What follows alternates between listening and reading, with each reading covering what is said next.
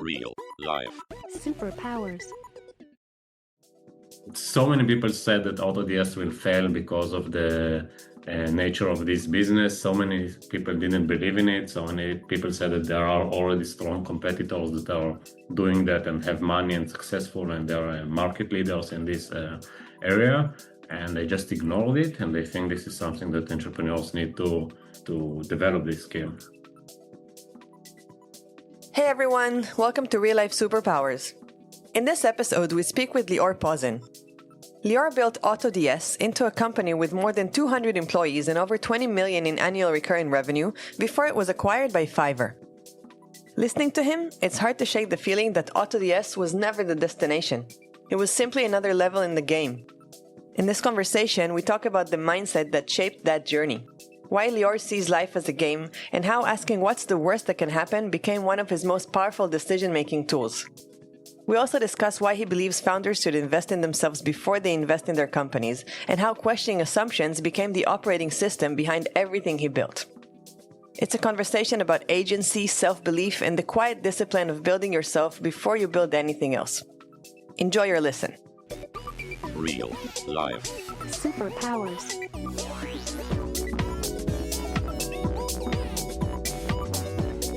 Up in the sky, it's a bird. It's a plane. Gentlemen, we can rebuild him. We have the technology. It's alive. Real life. Superpowers. Lior, hi, welcome to Real Life Superpowers. Hey, Lior. Hey, thanks for having me. What are you up to these days? What I'm up to these days, to a lot of AI. The Fable was just released, so it was fun. It threw me 10 years backwards, where I was still developing stuff and actually writing code, to this building phase where you can just build things quickly. So it makes me super excited. And you've actually built something at quite a young age. You sold the company to Fiverr, no less, which is a publicly traded company. I'm wondering, do you think with the capabilities of AI today, do you think you could have still done it? If I would still sell, or if I could still do the exit? Could you still get to such a climax given the ease in which people can build things these days? Yes, for sure, because I believe that a company is much more than the product. I am a product person and I came from this world of building, but more than anything else, I'm a business person and I'm a marketer and a growth hacker. And I believe that these things only became more significant today than ever. So you can build a product easily, but what about the business? What about the business model? What about the marketing, the connections, the networking that you're doing? So that's the real edge of the successful companies, and it always was like that. Yes, maybe in the past you had to raise money to build an amazing product or to spend a lot of time to create an edge in the product itself, and today it actually disappears because everyone can build easily. But the other parts of the business became even more complicated because of the competition. And how did you get to build this in the first place? Because you started quite young, right? Yeah, so I'm 31 now. I started with the online world when I was 14 with e-commerce and dropshipping. At 21, I wanted to create a software that... No, wait. I have to stop you there because you just skipped several years. And I think many 14-year-olds are busy playing basketball or hanging out with their friends. If they're like really persistent, maybe they also, actually go to There school. is Doogie Howser, so like him and Doogie Howser are the 14-year-olds that are building the world.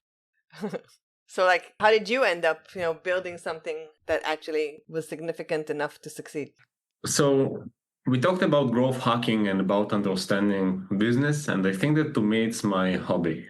Okay, so from very young age, it was, what I'm not supposed to do and I can still do to succeed. So for example, it started with my dad that wanted to give me a punishment and he blocked my computer. So I had to hack my own computer because I wanted to use it. Then I was a smoker when I was 14. I know it's not the best thing, but that's what happened. And I bought for myself an electronic cigarette I came with it to the school, and people started to ask me, where did you get it from? And then I saw a business opportunity there, and also something that I'm not supposed to do. I'm not supposed to smoke, and I'm not supposed to sell these e-cigarettes to other kids at school. But this is how I started my first real business. I started to sell these e-cigarettes by asking people to pay me now, and I will bring them the cigarette in 30 days to the school. So this is how it started, completely accidentally, but just by looking around at the opportunities. Why 30 days? Why 30 days? Was it because you were shipping and they told you 30 days, or did you just come up with the net 30 off your head? So I didn't have budget to buy stocks and keep the stock of e-cigarettes at my parents' apartment at the beginning. So I was taking the money from the customer, the other kid, or not only kids, but yes, from them. And then I was ordering it from the supplier in China to my parents' apartment, and then I was bringing it to the school. After that, I started also to do like pay on delivery, so shipping it to people in Israel. They were paying it to the shipping provider, to the post office, and then I was getting the money. But it was back to back, always like that in the beginning. But this is just one example. The other example was I was looking to buy a cell phone for myself online. And then I saw the same phone on eBay for much more expensive price than the Chinese supplier that I found before. But it was the same pictures, same description, same title, same phone exactly. And I just saw the opportunity. I understood that I can buy from this Chinese supplier, sell it on eBay without ever holding the inventory. And when someone will buy it from me on eBay, I will ship it from the supplier directly to them. So it was always about where I see the opportunity, what's the game, and let's just try. I have two questions about that, and they're around the same theme. Were you afraid that people would find out when you were selling the cigarettes? And then with respect to the phones, weren't you afraid that you now committed to sell a phone, but what if something happens and you don't get the phone and you aren't able to ship it or something? You're taking responsibility for something that a lot of it is not under your control. So wasn't fear like in the background all the time? It is, but because I look at the life in general, only now I understand the framing for that, but that's how I played my entire life. I look at the life as a game, and this is just, let's see if it's working. Maybe it will fail, but then, okay, sorry, I couldn't provide you the cigarette, I couldn't provide you the phone, whatever. I'm sorry, like it's just what happened.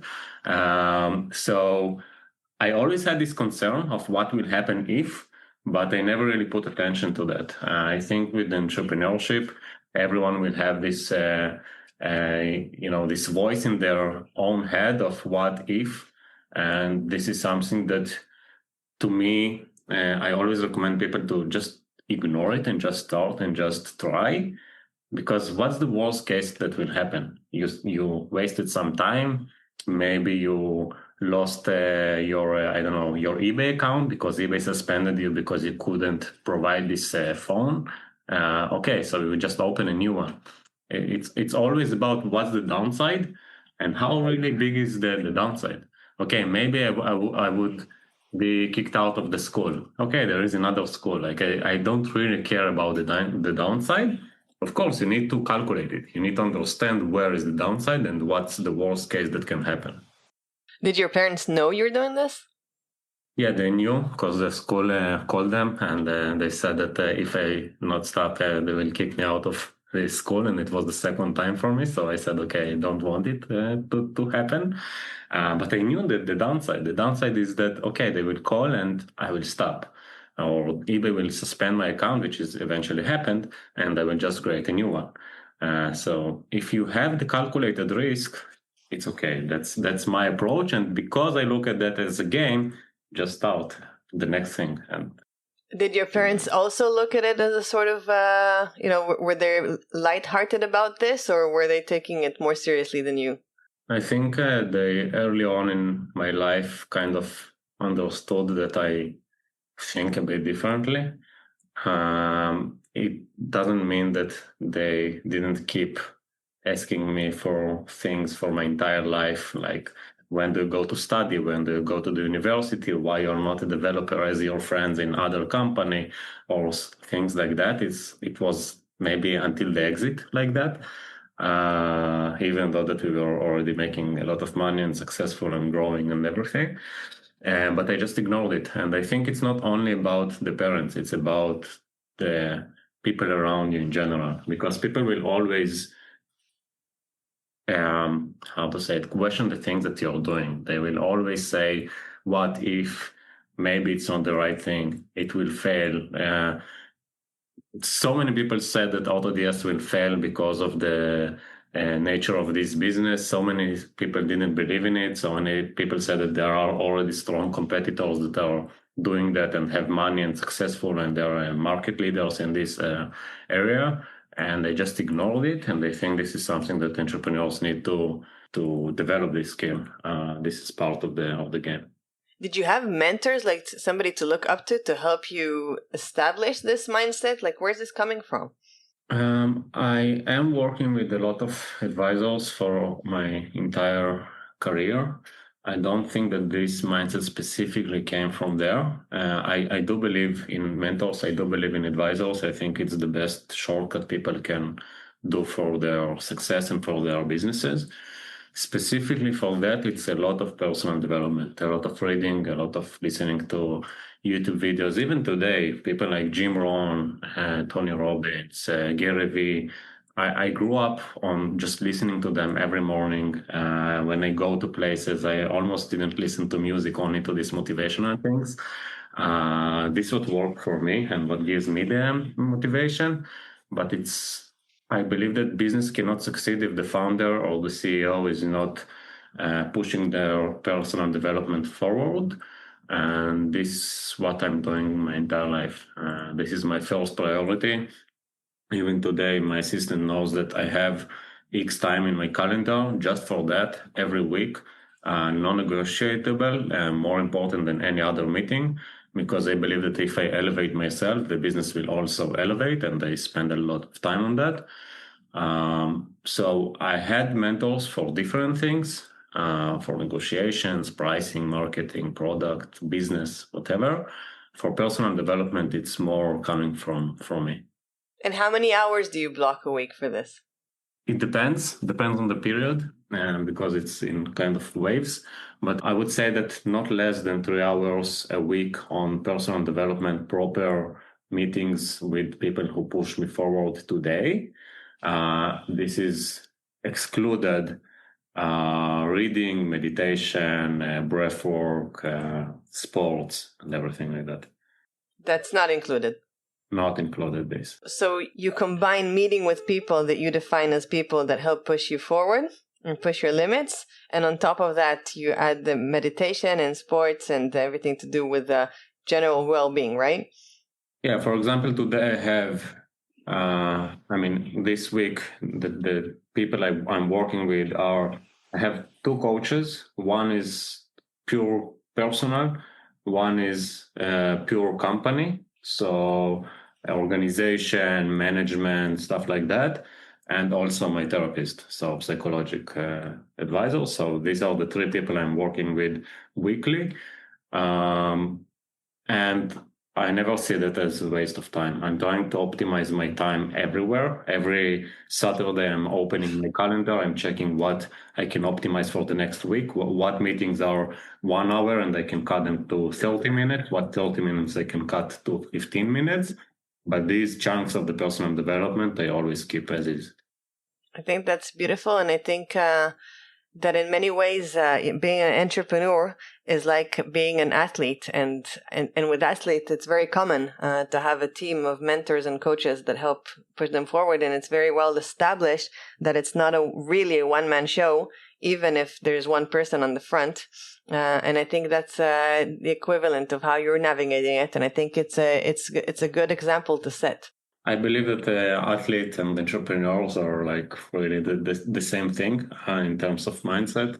I believe that a good athlete can become a good entrepreneur. An entrepreneur, if from early on in their life they would decide on different career and being an athlete, maybe they would also succeed.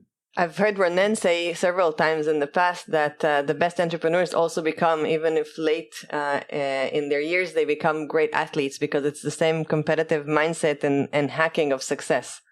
Right, Ronen? It's not really actually that they become successful, because that's a different kind of attribute, because they already were.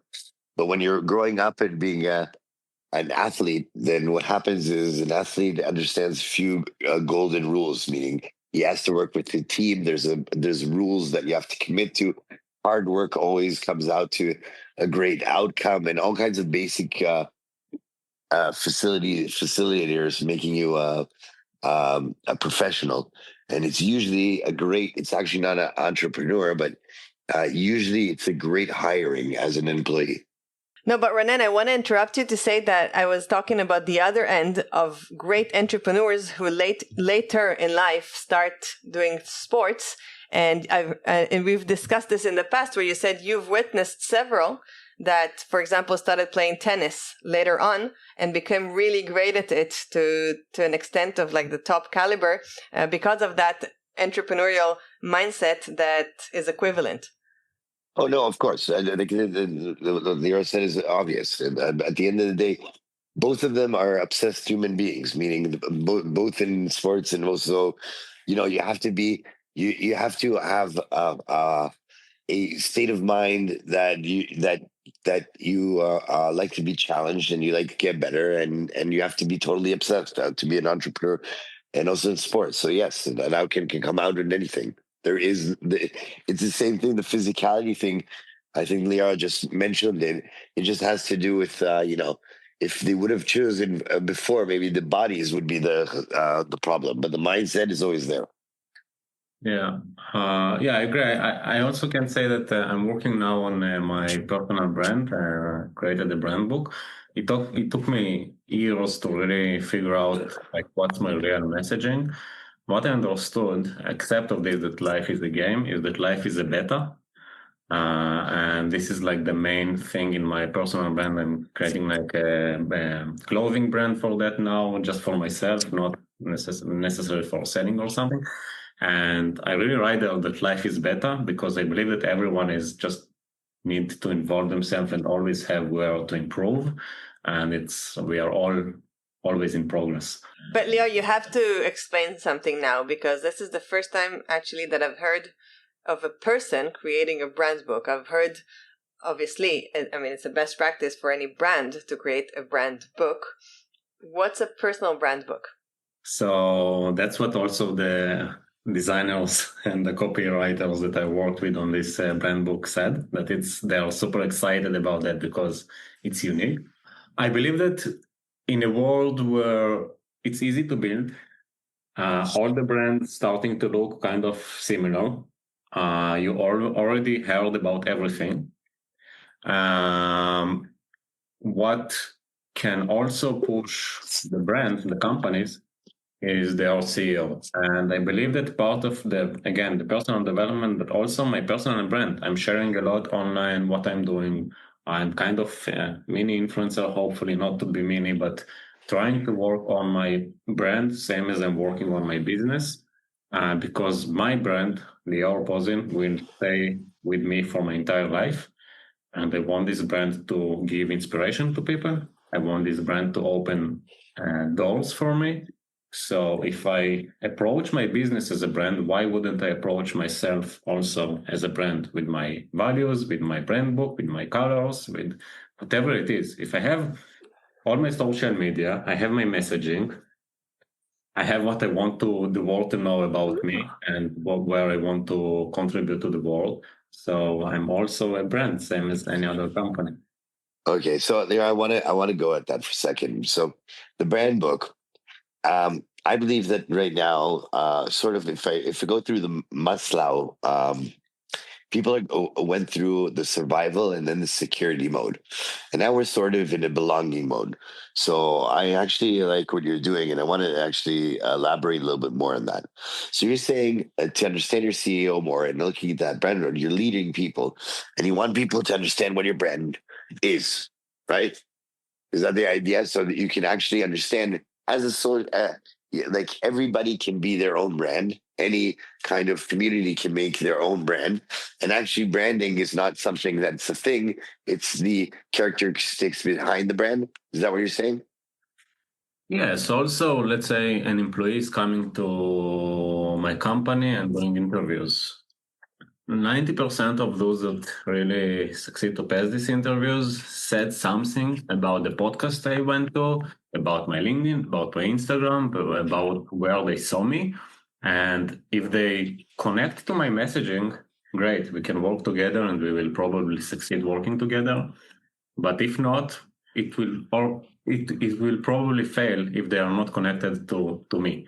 And I think this is also something that's helping people to understand me better and to understand if they want to work with me or not. And this is okay. So I like that, but this is like, okay, so you're saying something that is trivial, you're doing it in a non-trivial way, because the understanding is this, that what you're saying is, so, okay, in my opinion, what transformed the world between 2000s and now is the difference between being loud because your messaging has to be out there and yet people have to know you at all. So Lior Pozin, once upon a time, had to be very loud so people can hear them. Now there's so much noise. What you want to do is clear up your messaging so people just see you, like you, and then they want to work for the company because there's so many companies. Is that like, is sort of what you're saying right now? Is that the framework? This is part of it. Yes, people connect to people. To us at AutoDS, one of the main marketing channels is influencer marketing. With influencer marketing, for example, you cannot succeed without personal connections and personal relationship. And this is something that's being built. And do you think that now people are starting to work for other people because they like the human beings and their messaging more than they come to work for companies? 100%. I'm getting so many messages of, hey, I want to work with you because people saw my content. I want to work with you even for free, just to work with you because they connect to me. Okay, and then, so another question. So that's amazing. So, can I say something that happened before the recording today? Yeah, sure. Do you mind? Okay, Yeah. so before the recording, you said, listen, can I have the transcript of the podcast because I want to put it in Claude? Okay, so is that part of your branding book? Part of my branding book, what? To improve my Claude or what? So right now you are interested in having as much information also on the podcast, also in video or any kind of information so that Claude can understand you better, right? You even invited a chip to put on your phone so he can record it. Is that correct? Yeah, so Claude, my goal is to make Claude sound and think as me as much as possible. But my Claude will be different than your Claude because I train my Claude really to be as me, with my values, with how I spoke. So yes, I'm trying to improve Claude as much as possible and make it sound as much as possible as me. Claude knows my brand book. It knows what I talk about, what I don't talk about. No way. For example, I don't talk about politics. I don't listen to politics. I don't care about politics. You will never see me talking about it online or in life in general. And this is how my Claude will also work. So, out of curiosity, would you build a brand book through Claude? I tried it multiple times, more than once. Me with the advisors. It didn't work well enough as when the advisors that worked with me on the brand book came to and they really insisted to do that in my apartment. So they came to my home. We worked there, no computers, no anything, and just tried to be as open as possible. So it's you can bring with Claude, but the thing with Claude and any AI is that it's average. It's the average of what it found on the network. I want to be different. Not only that I want, this is me. Like the real me is it's me. So everyone here is different. I believe that to me I have some very strict different approaches, but yeah, everyone is different. And this is why you cannot just build it with Claude. Maybe you could, but you need still to spend a lot of time on that. I'm thinking, a brand book, brands every few years, they go through a rebranding process. And a lot of it is also around the mission and vision, but it's also as you're currently establishing the visual aspect. And I'm a little confused about the emphasis you're putting on the visual aspect, because there's already Lior out there, and you dress in a certain way and you have your look. And what does a visual representation in a brand book that includes colors and stuff represent really, when at the end of the day, you are the brand? But the brand book is not only about colors and about visuals. I would say that, at least for me, the personal brand book is pretty simple, because this is how I dress and everything. So I adapted the brand book to me and not myself to the brand book. The goal of the brand book is, one, yes, for Claude to understand me better, to make the teams understand me better, because it's not me managing my social media. I have at least 3 people who work on my personal brand. So I want these people to understand my personal brand. It helps me to understand myself better and make my messaging consistent. For example, life is a game. It's something that I know my entire life. This is how I play my game, my life. But when I sat down there and I started to think about it, it became much more sharp and clear to myself, to me. And then it's easier to make my audience understand my messaging. So there is a guy, for example, he always wear a blue shirt, maybe you know about. So he sat down and understood, okay, I want to stay consistent with something. People will always see me this way, and then they will remember me. To me, I want people to remember me for life is better, for life is a game, things like that. Maybe it will change. Again, maybe in 3 years, I will do rebranding. I will, with my own personal development, I will understand that life is not a game and I need to be very focused on something. I don't know. And then I will change it. It's okay. Brands are changing. And we changed AutoDS's brand book for maybe 3 times. And people also change. But I'm not interested in the colors itself. What I want to say is this. So you said before that Claude is the average, right? And you want to be outstanding or different, right? Yes. So, okay. Well, so I'm saying this respectfully, because you are like, you're very intelligent, and I love the attitude, and talented, of course. But I'm going to say this: why is it average if Claude or any AI? We're saying Claude too much. We don't care about Claude. We could care about AI. Is now tracking everything you have. Okay, why would that be the average? Wouldn't that be you? It would be the average you, of course, right? But then taking maybe copywriters would make you outstanding, whereas it's sort of just buffing up the exact average that the AI is doing. I want to be real, and I'm okay with Claude to be the average of me.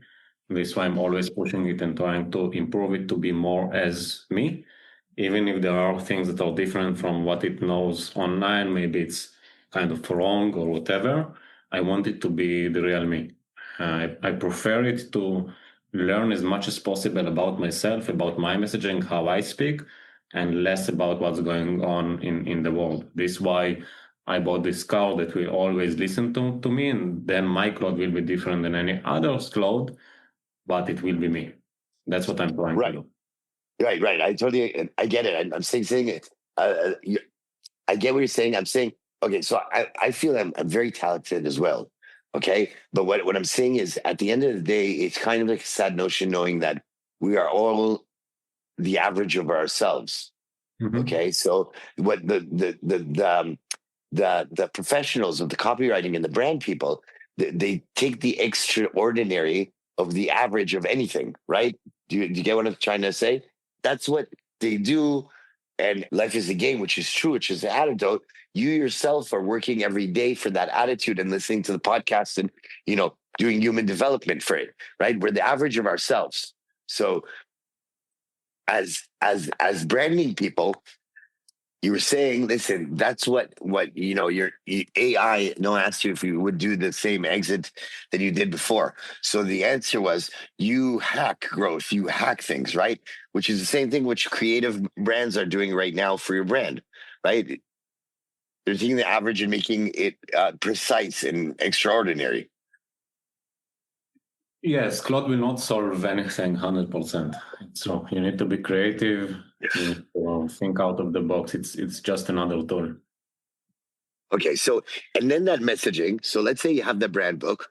I'm intrigued by that because as a CEO, as a leader, I think that's brilliant. By the way, so you take that, and then how do you hand it off? Is it afterwards that the messaging that you prepare, or are you going to put that brand book online so people can see that? I don't put this brand book online. I do put the values from this brand book. I do put, maybe I will give some materials to work with if someone wants to do something with me. Colors, as any other brand is doing, like how it's called, the assets kit, whatever. Right. So yes, maybe I will have a website. I already have something, but it's for now, it's just temporary. It's not with the brand book. The most important is that my team has it. Their Claude has it. And they will work by the brand book. Yes, there is human touch in the end. I look at the materials before they go live. Sometimes I just say, okay, I don't care. Also, one of my main approaches is that I prefer to sometimes to do a mistake and then clean it. For example, okay, maybe a post will go live without my approval. Maybe it will say something that I didn't really meant to do, and maybe even people will bring some negative comments there. Okay, so what? Because life is a game. It's part of your values. Yeah, I just don't care. Like sometimes, yes, it happened. I don't review. I'm not reviewing like 100% of the content. Sometimes something will go live without my intention, and I'm okay with it. Lior, I want to go back to the earlier stages of this game of life. You started detailing your initial entrepreneurship experiences through those cigarettes, electronic cigarettes, and through selling those phones. And this was at 14, right? Yes. And then take us from there. How did I did it until 21. I did my main things were the e-commerce together with development. So I was developing websites for people, forums, stuff for myself. Everything do it yourself? You just taught yourself how to do? Yes. I did some courses, but nothing yes, it helped, but a lot of also by myself. It was always about the challenge. Let's try and then see. Also during AutoDS, I had so many mini businesses that I just figured out. I saw that I can sell it. I saw that I can develop it. And then I threw them to the trash because I succeed kind of to check it. But 21, my eBay stores got suspended eventually. After 7 years of running this business. And then I started to think, what's next? And I understood that instead of giving up on this business, which was mostly my main income for my entire life, I decided to create new eBay store. And then I said, okay, what happens if they suspend my store again? So instead of opening one store, I decided to open 100 eBay stores. I started to manage them, not 100 straight away. It was like 10, 20 stores in the beginning. Started to have a lot of problems, products that go out of stock without me noticing that, and then I cannot provide the products to the customers. Prices that went up on the supplier side without me being able to fulfill that. And then I just decided to create a software that will manage my own stores automatically. I created the software, and the software worked for my own stores. Went to some conferences, shared it with people. Hey, this is how I manage my business, just as part of my networking there. People were curious about this software and how can they also use this tool. I kept listening to them. I understood the need in the market without even knowing what I'm doing. It wasn't like, hey, I need design partners.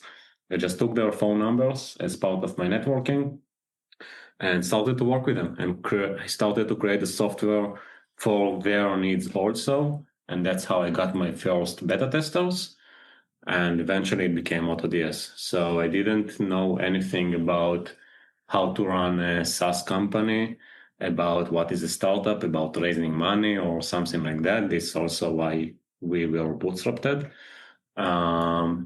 We grew in 8 years to over 200 employees, more than 20 million in ARR. And then we got acquired by Fiverr.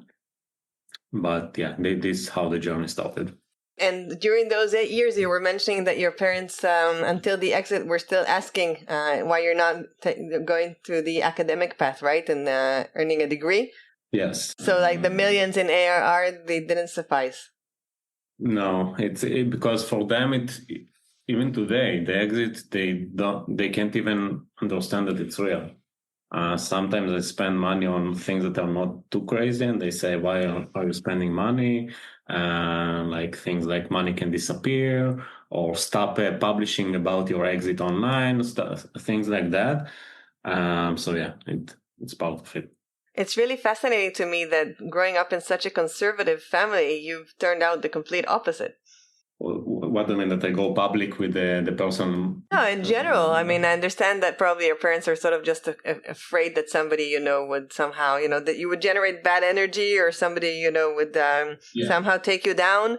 And in general, it sounds like they're very conservative people. Like, do you have siblings? I have. My sister is completely different than me. I believe that it's something happened there probably when I was younger, and I started to question everything. Today with my therapist, I went deeper and I understand more about it. Still not everything, but I believe that I started to question everything, and I wanted always to do the opposite of what everyone else is doing. So it brought me to this position. But today I do many of the things from logic. Like this, that I'm building my personal brand, it's not because it's easy for me. I'm still an introvert. It's hard for me to go online and start publishing and speaking. Public speaking was horrible for me in the beginning, like really hard. But it was also a challenge. It was also part of my personal development. Hey, if it's hard, I need to do that.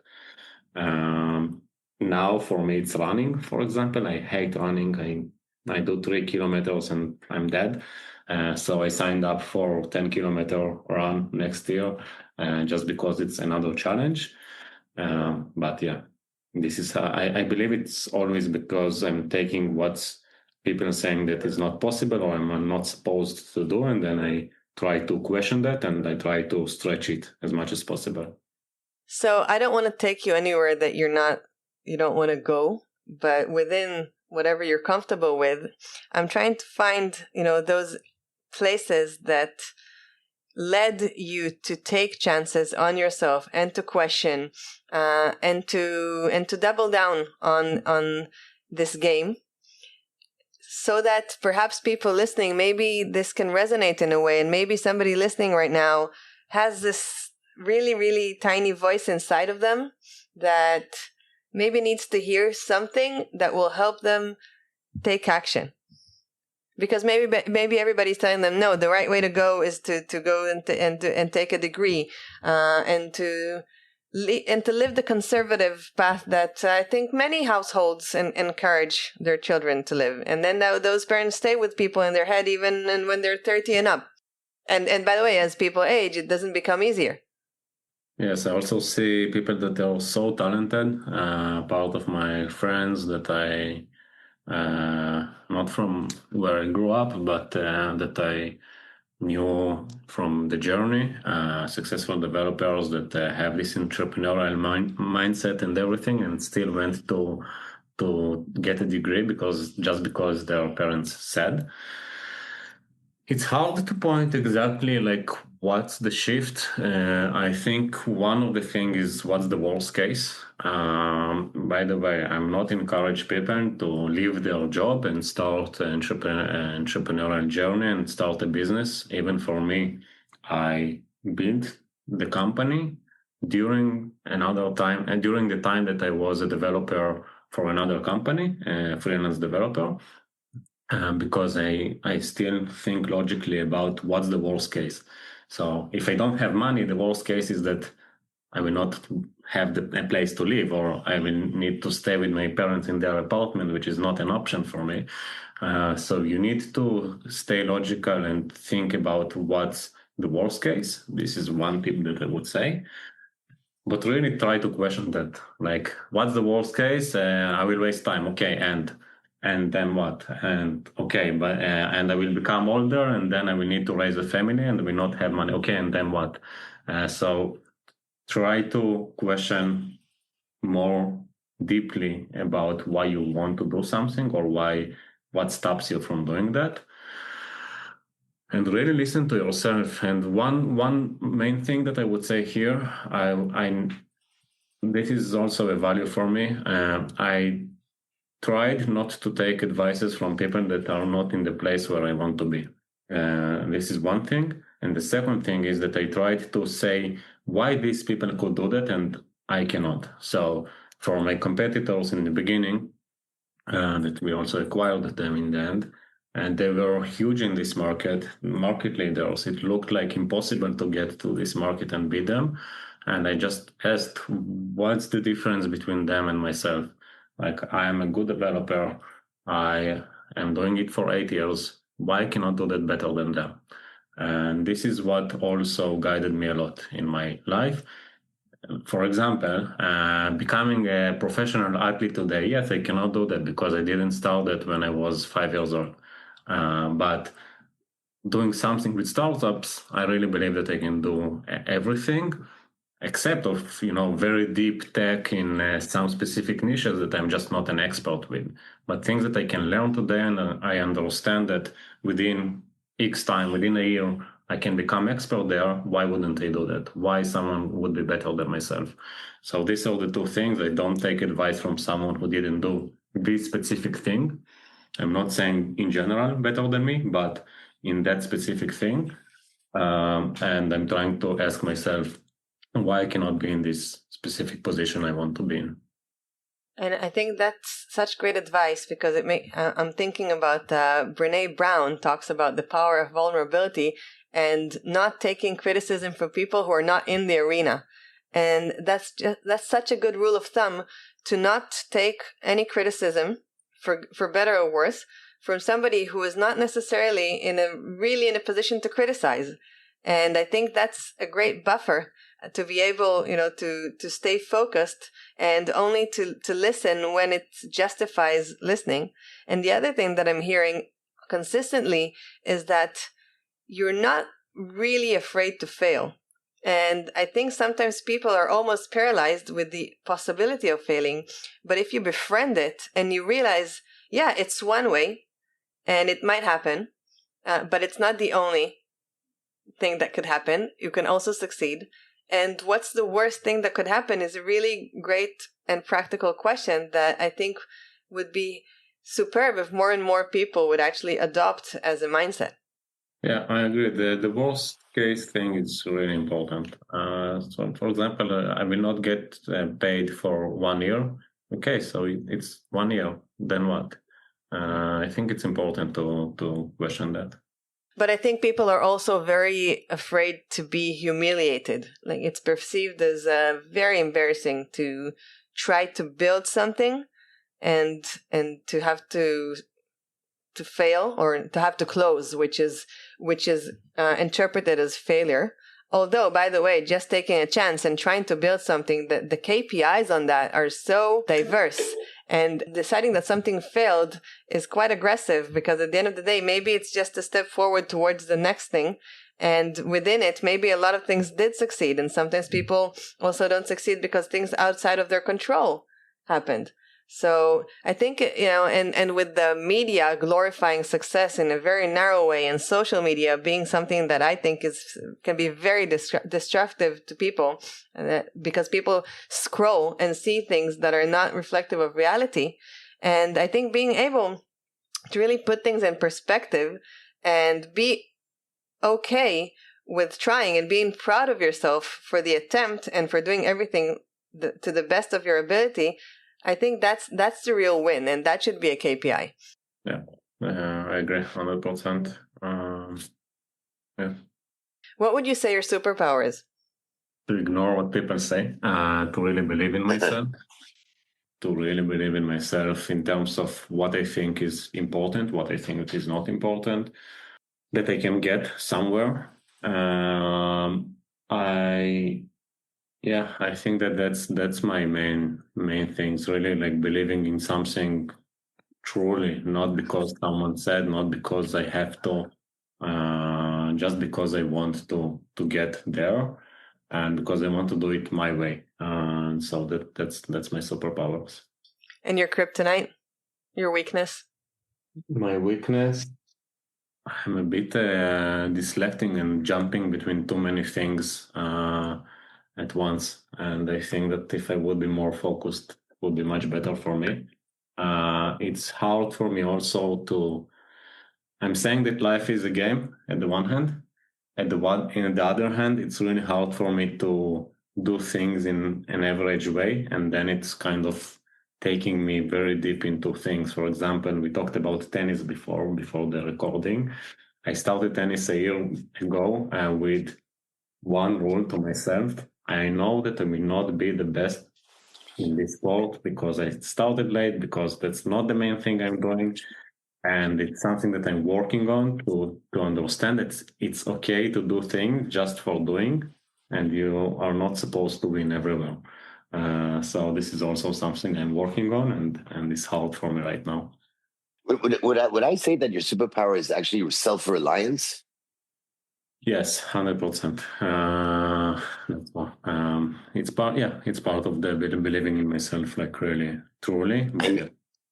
And the weakness would be also the self-reliance, because you have to be good, and then everything you're self-reliant on, like doing yourself, and also when you're unfocused, you're self-reliant.